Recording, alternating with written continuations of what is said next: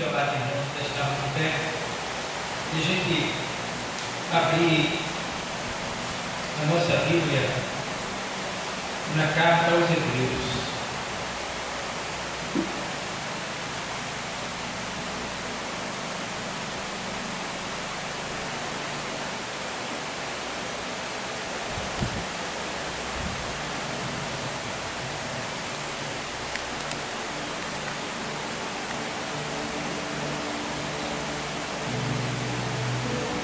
Capítulo número 9,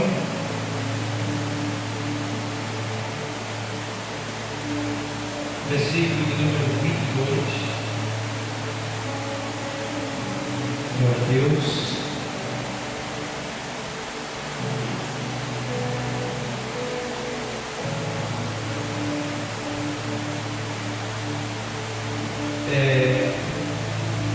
Leamos o texto que diz assim: e quase todas as coisas, segundo a lei, se purificam com sangue, e sem derramamento de sangue não há remissão. Obrigado, Deus, por essa palavra. Em nome de Jesus, amém. Deixa eu apresentar.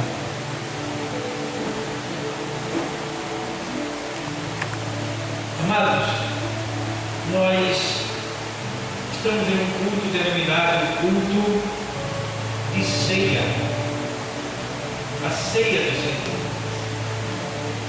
E este culto é um culto muito importante para nossas vidas, pois ele é um memorial que Deus, o próprio Filho de Deus, ele ordenou que assim fosse feito. Pode parecer uma coisa simples o que tem aqui. Alguns olham e veem pequenos pães, alguns veem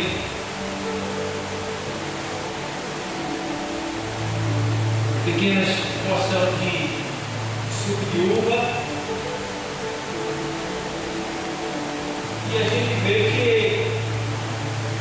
para muitos que não entendem, parece detalhe, mas não é detalhe, não deixa de ser também, mas não é um simples detalhe, é algo muito importante que tem a ver com a nossa vida com Deus, porque uma certa vez, quando ele estava aqui na terra, ele disse: quem não comer da minha carne e não beber do meu sangue não tem parte comigo.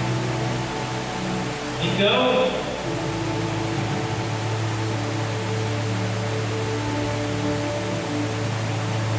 e aí a gente vê que é importante que a gente entenda que o sacrifício de Cristo, ele não é um simples sacrifício, porque quando ele veio a essa terra, ele deixou bem claro uma coisa. Quando ele se reuniu com os discípulos, ele ainda estava frio, e ele parte o pão ali depois da ceia, e ele faz aquele memorial, dizendo: olha, este pão é o meu corpo, que é partido por vós. E quando ele passa o cálice, ele diz: olha, este cálice é o cálice do meu sangue, o sangue da nova e eterna aliança, que é derramado por vós, para a remissão dos vossos pecados. Então, o que é que está acontecendo aqui? Que muitos crentes às vezes não levam em consideração. Esta mesa parece simples, ela está muito, na sua simplicidade, ela está linda. Mas o que é que acontece, que muitos não entendem? É que se você não estiver aqui agora para fazer parte desta mesa, você não vai estar lá para fazer parte da mesa que tem lá. O povo desconhece isso. E aí falta a ceia porque pecou. A ceia é uma oportunidade que Deus e nos reconciliar com Ele novamente. Está entendendo? É uma oportunidade que Ele está nos dando de novamente voltar a ter Ele dentro de nós. Então a gente precisa entender que este memorial aqui, ele é necessário para a nossa vida. É por isso que Ele disse: e quem não comer da minha carne e não beber do meu sangue, não tem parte comigo. E os judeus, quando Ele falou isso, lá em João 6, na sequência, disseram: como pode alguém comer a carne de outro alguém? Não se pode fazer isso. Estão entendendo o que eles estavam falando? Quando Ele fala carne, Ele estava dizendo: olha, quem não se alimentar de mim não pode fazer parte de mim, não pode ter a mim dentro de si. Então Ele estava tentando dizer para aqueles homens que estavam ali ouvindo aquela palavra, que eles precisavam estar dentro dele e vice-versa. Aí Jesus até explica isso em João 15:7, quando Ele diz assim: olha, se vós estiverdes em mim e as minhas palavras estiverdes em vós, pedireis o que quiseres e será feito. Veja, começa a entender o mistério. Atenta bem para essa palavra. Quando a gente leu aqui em Hebreus dizendo assim, aqui ó, 9:22, e quase todas as coisas, segundo a lei, se purificam com sangue. Por que com sangue? Porque no sangue está a alma, e a alma é a vida da carne. Em si, no sangue está o quê? Está o quê? A alma. E a alma é a vida da carne. Então, se a alma for derramada, o sangue, o corpo não tem vida. Se no meu dedo, na ponta do dedo, foi impedido de chegar sangue, o que é que acontece com ele? Apodrece. Morre a ponta do meu dedo, tem que ser amputado. O sangue tem que chegar em toda parte do corpo, porque o sangue é o alimento da carne. É o sangue que mantém a carne viva. Entende? Muitos até não entendem, por causa disso, muitos até sofrem alguns tipos de doença, porque chega um momento que o coração nem sempre está bombeando como devia, e o sangue nem sempre chega onde devia chegar, e por essa razão surgem muitos tipos de doença, né? E muitos desconhecem a causa, mas a fitoterapia já tem saída para isso, quando ela nos ensina a alcalinizar o nosso sangue. Alcalinizar é dar força para o sangue. Existem alguns elementos naturais que alcalinam o sangue, como por exemplo cloreto de magnésio, bicarbonato de sódio e outros componentes que existem natural que alcalinam o sangue, bombeia, dá força para o sangue chegar aonde ele não chegar, e com isso a pessoa passa a ter saúde. Então o sangue é o alimento da carne, e no sangue está a alma.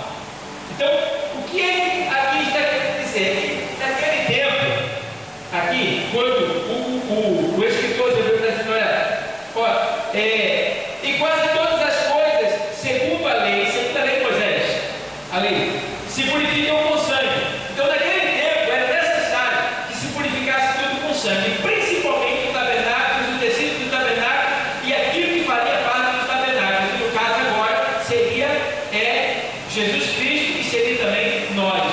Então, de acordo com a palavra aqui, ele vai dizer, olha, quase todas as coisas se purificam com sangue, e sem derramamento de sangue não há remissão. O que é remissão? Remissão e redenção é quase a mesma palavra, que quer dizer que é o ato pelo qual Deus justifica a cada um de nós pelos nossos pecados, ou seja, Ele toma o nosso lugar, pagando o preço do nosso pecado com a sua alma, com o seu sangue derramado. Então, se você está aqui, se nós estamos aqui, irmão, Silvio, era para a gente dar assim.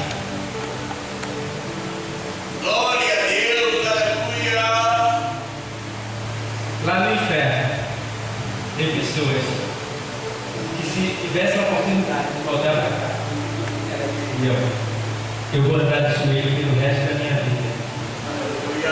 Porque o que Ele fez por mim, ninguém pode fazer e ninguém faz. Glória a Deus, aleluia. Então, muitos desconhecem o sacrifício de Cristo e às vezes chega até a achar ruim quando está passando por um processo na igreja, uma situação difícil. Eu fui humilhado, vou embora, não quero mais saber. Não me deram a atenção que eu queria. Não vieram me visitar. Fizeram isso para A e não fizeram para B, e não fizeram para mim. E com isso as pessoas vão se afastando de Deus por pequenas coisas, por coisas efêmeras, por coisas insignificantes que poderiam ser relevantes, para deixar passar, mas as pessoas trazem para si aquilo como algo precioso. Quando elas esquecem que fazendo assim, elas estão lançando fora o que verdadeiramente é precioso. O quê? O sangue de Cristo que foi derramado para a remissão dos seus pecados, para lhe salvar e levar para o céu.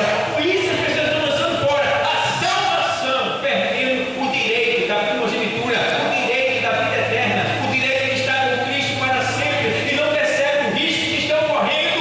Mas nessa noite Deus me trouxe aqui para deixar bem claro para você, segundo a sua palavra, o sangue dele, você não faça vã o sangue derramado na cruz. Não faça vã.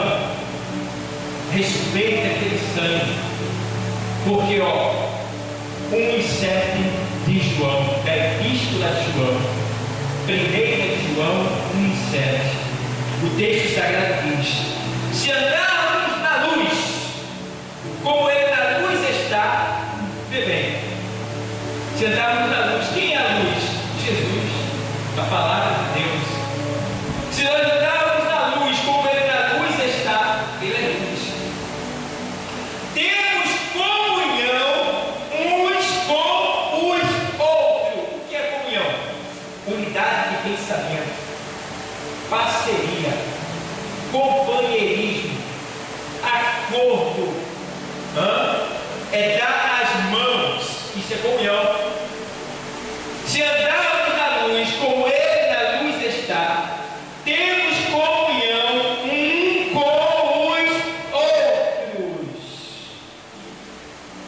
E o sangue de Jesus Cristo, seu Filho, nos purifica de todo o pecado. Nos purifica de quase todo o pecado? Não, é de todo o pecado. De todo o pecado. Não existe pecado que o sangue de Jesus ele não perdoe. O único pecado que não pode ser perdoado, porque quem poderia perdoar foi rejeitado, é a blasfêmia. E o que é blasfêmia, pastor?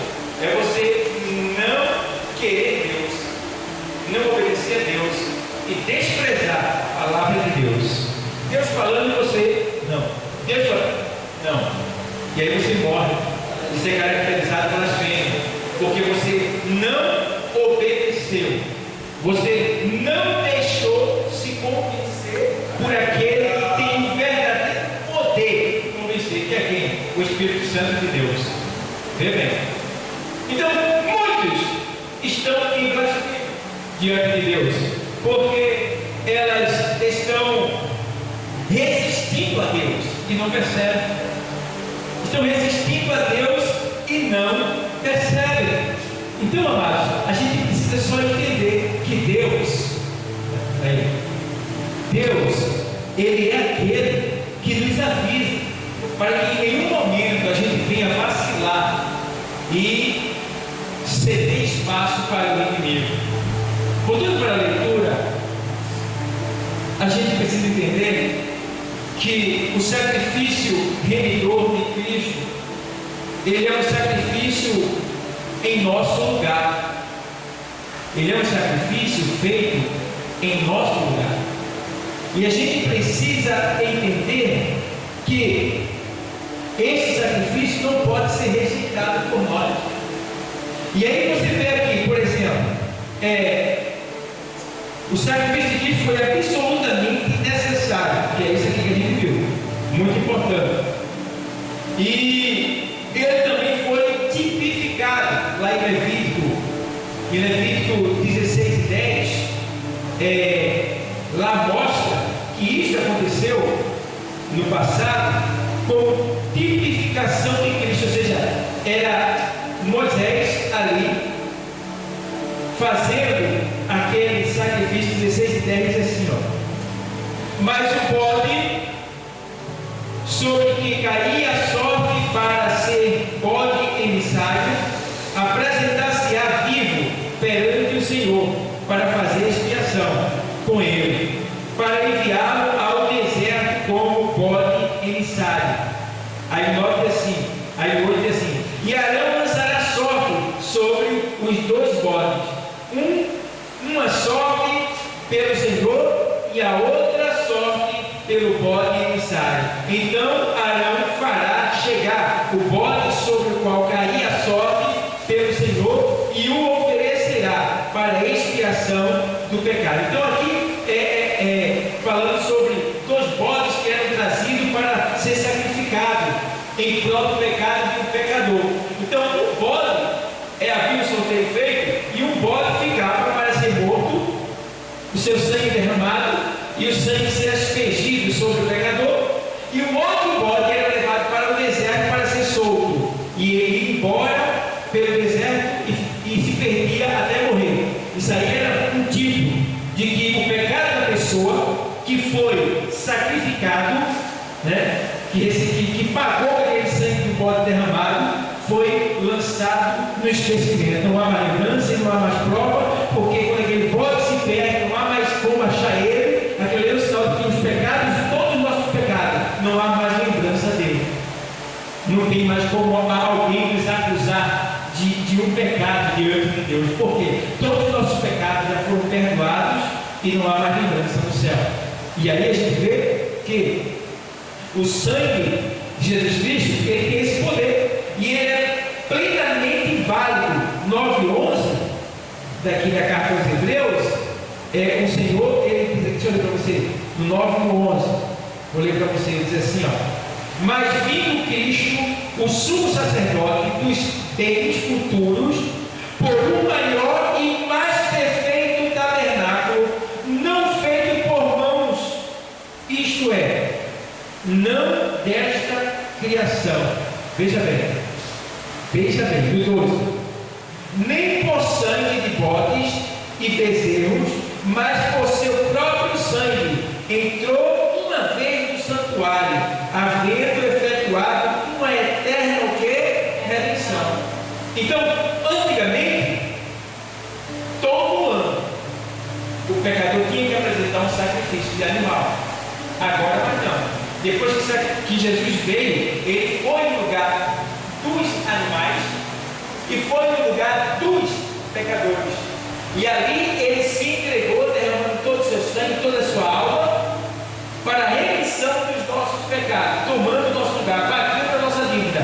Daí por diante, por ele ser um cordeiro perfeito, sem mácula, sem pecado e santo. Então não há mais como ninguém que peca usar o bode, usar um animal para perdoar os seus pecados. O que vale agora é a pessoa pecou, chega diante do sumo sacerdote, que é Jesus Cristo, que morreu em nosso lugar, e confessa para ele. Aí ele vai e perdoa, porque foi ele que morreu, foi ele que sofreu, foi ele que pagou, e é ele que deve satisfação quando a gente pecar e cometer errado. Por isso que a gente tem que chegar até ele e pedir perdão. Por isso que todo dia a gente tem que chegar diante de Deus e dizer: eu me perdoe. Tem misericórdia de mim, Deus. Hoje eu pequei com aquela palavra, hoje eu pequei com aquele olhar, hoje eu pequei com aquele comportamento grosso, áspero, hoje eu pequei fazendo isso ou aquilo. Deus, tenha misericórdia de mim, me perdoe, me ajude, não me deixe, Deus, por favor, me ajude a vencer a mim mesmo. Tem que estar ali confessando, pedindo a Deus para não errar tanto. E aí ele vai assim. Aí Lucas 23:45, Lucas 23:45, texto sagrado, ele diz assim, vou ler para você. Lucas 23:45. Escurecendo-se o sol e rasgou-se ao meio o véu do templo. O que quer dizer isso aí? Quer dizer que antes que nós, que não tínhamos acesso a Deus, tudo era feito através de um sacerdote que recebia um animal e sacrificava em prol dos nossos pecados. A gente tinha que recorrer ao sacerdote humano. Agora, mas não. Depois que Cristo morreu, o sacrifício foi prestado, o sacrifício foi perfeito. Então, o que foi Deus? O que foi que Deus fez? Aqui, aqui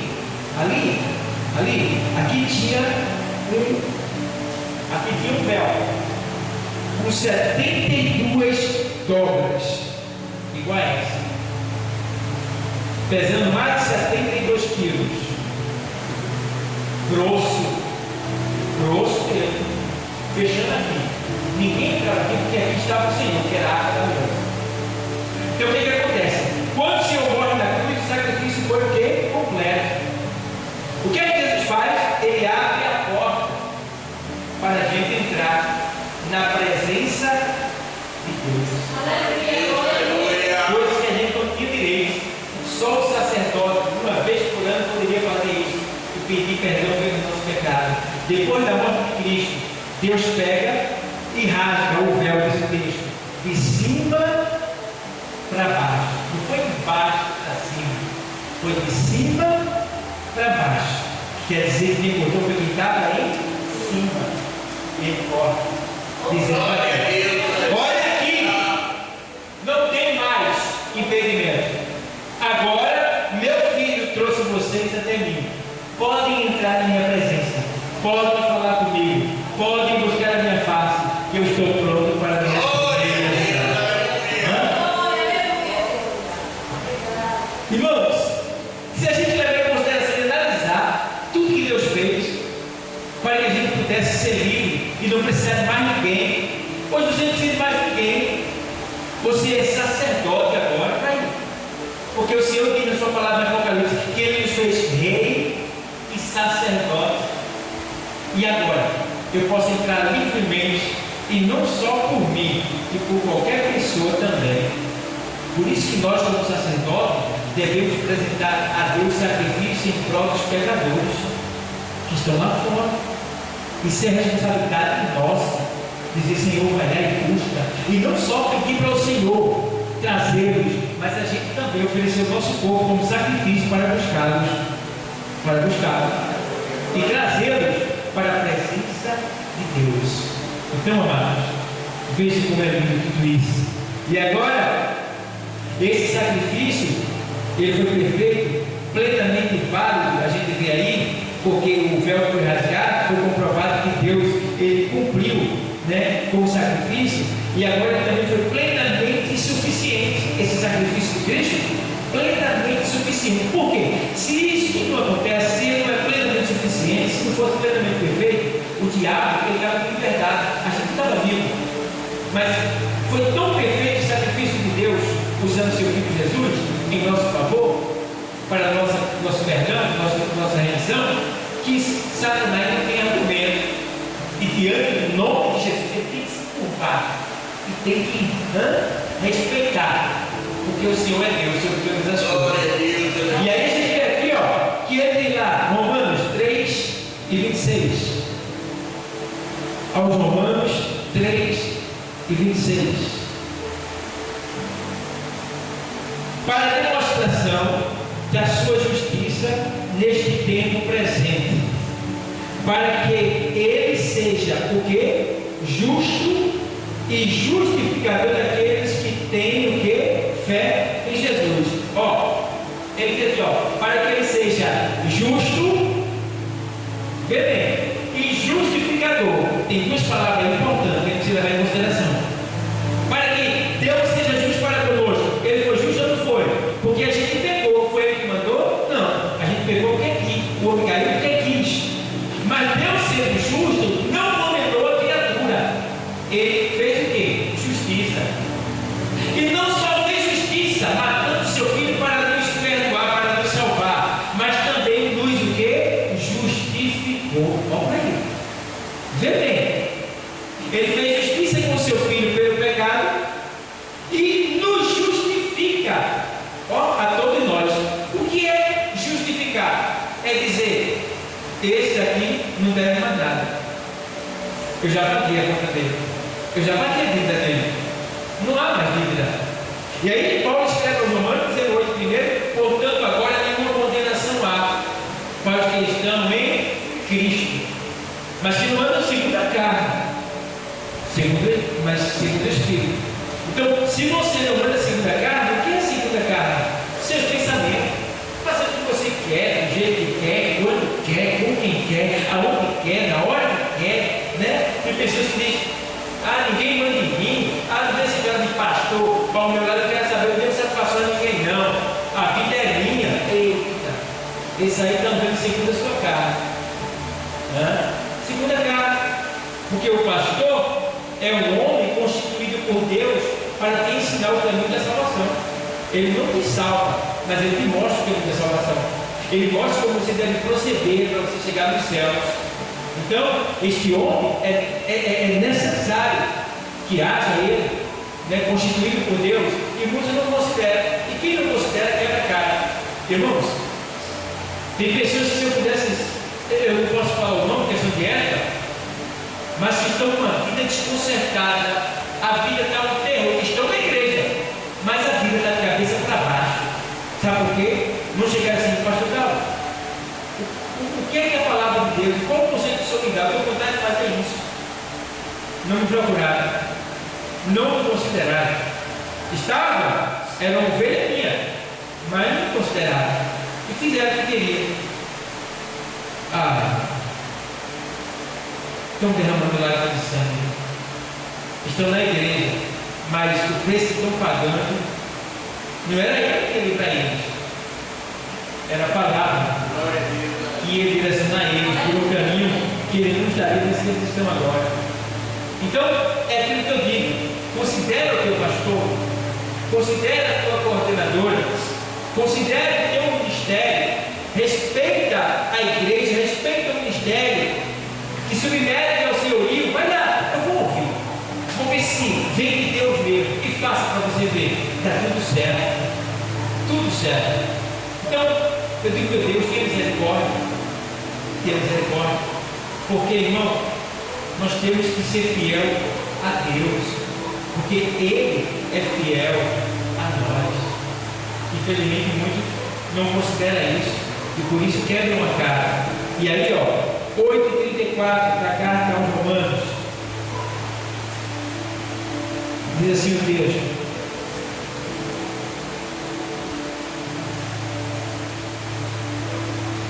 quem nos condenará? Pois é Cristo quem morreu, ou antes, quem ressuscitou dentre os mortos, o qual está à direita de Deus, e também intercede por nós. Está vendo que não há mais condenação? Está vendo que o sacrifício de Cristo foi feito comigo e com você? Está vendo que o tempo que você se ficar martirizando por isso, por aquilo que foi acontecendo no passado? Não! Alguém pode até jogar na sua face uma lembrança de alguma coisa que você fez lá atrás. Tudo bem, você não faz mais. Para Deus você já está justificado. E acabou. Agora é vida nova.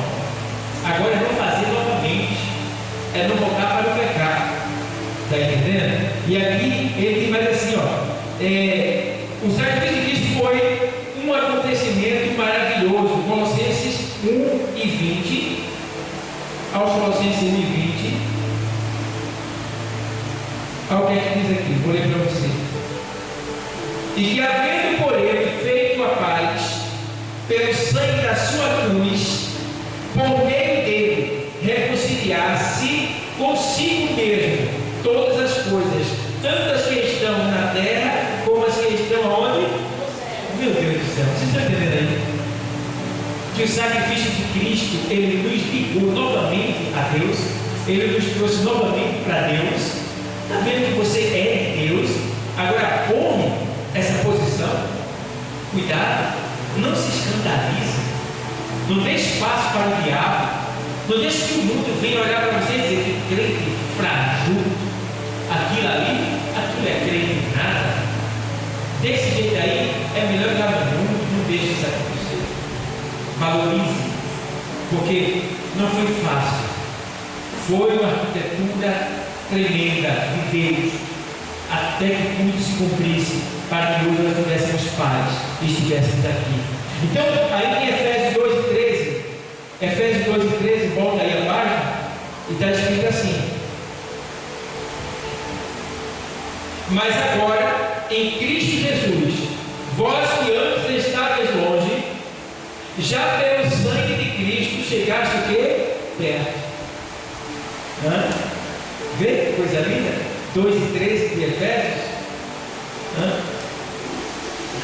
Mas agora, em Cristo Jesus, vós que antes estavais longe, já pelo sangue de Cristo chegaste perto.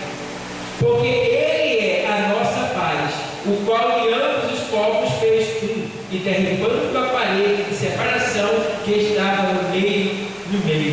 Que é aqui. Isso aqui se refere também à lei, e se refere também à divisão dos povos.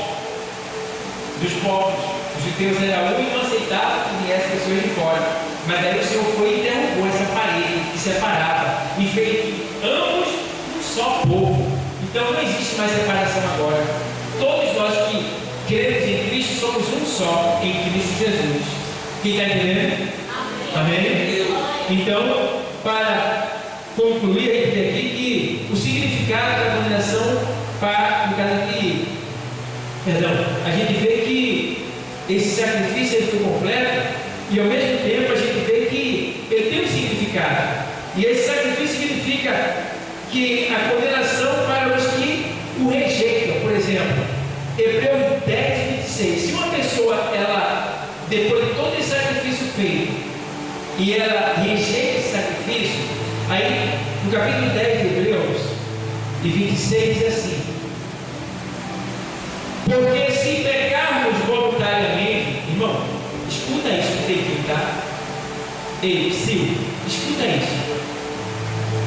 Porque se pecarmos voluntariamente, sabe o que é pecar voluntariamente? É você dizer: eu vou fazer isso, quero nem saber. Deus me perdoe, mas eu vou falar. Deus me perdoe, mas eu vou fazer. Isso é pecar voluntariamente. Se pecarmos voluntariamente, depois de termos o quê? Recebido o quê? Dá o quê? Já não resta mais o quê? Sacrifício pelos. Ou seja, o sacrifício de Cristo não paga mais a tua conta. Ele só paga uma vez. Quando você reconheceu, todo o teu passado foi apagado, você pegou na ignorância. Agora você não é mais ignorante, não. Agora você é sábio. Você conhece o pecado, conhece Cristo, sabe o que é certo, sabe o que é errado. Então, se você pecar voluntariamente, não há mais sacrifício. Irmão, isso é perigoso, irmão. Eu chego e me sinto constrangido de falar isso. Porque se eu der uma falhadazinha, porque eu quero misericórdia, e a carne da gente convida, né? Eita, a carne da gente convida, para a gente cometer esse tipo de delitos voluntários. A carne convida, ela é a patrocinadora para que a gente perca o direito desse sacrifício prestado pelos nossos pecados. Mas que Deus se compadeça de nós, que Ele tenha misericórdia. E eu vejo essa misericórdia aqui nesta mesa, na mesa da graça, que nos renova e que nos dá uma nova oportunidade de poder nos reconciliar com Ele e nos mantermos de pé na Sua presença. Amém, igreja? Amém. Jesus está Voltando. Que Deus abençoe a todos.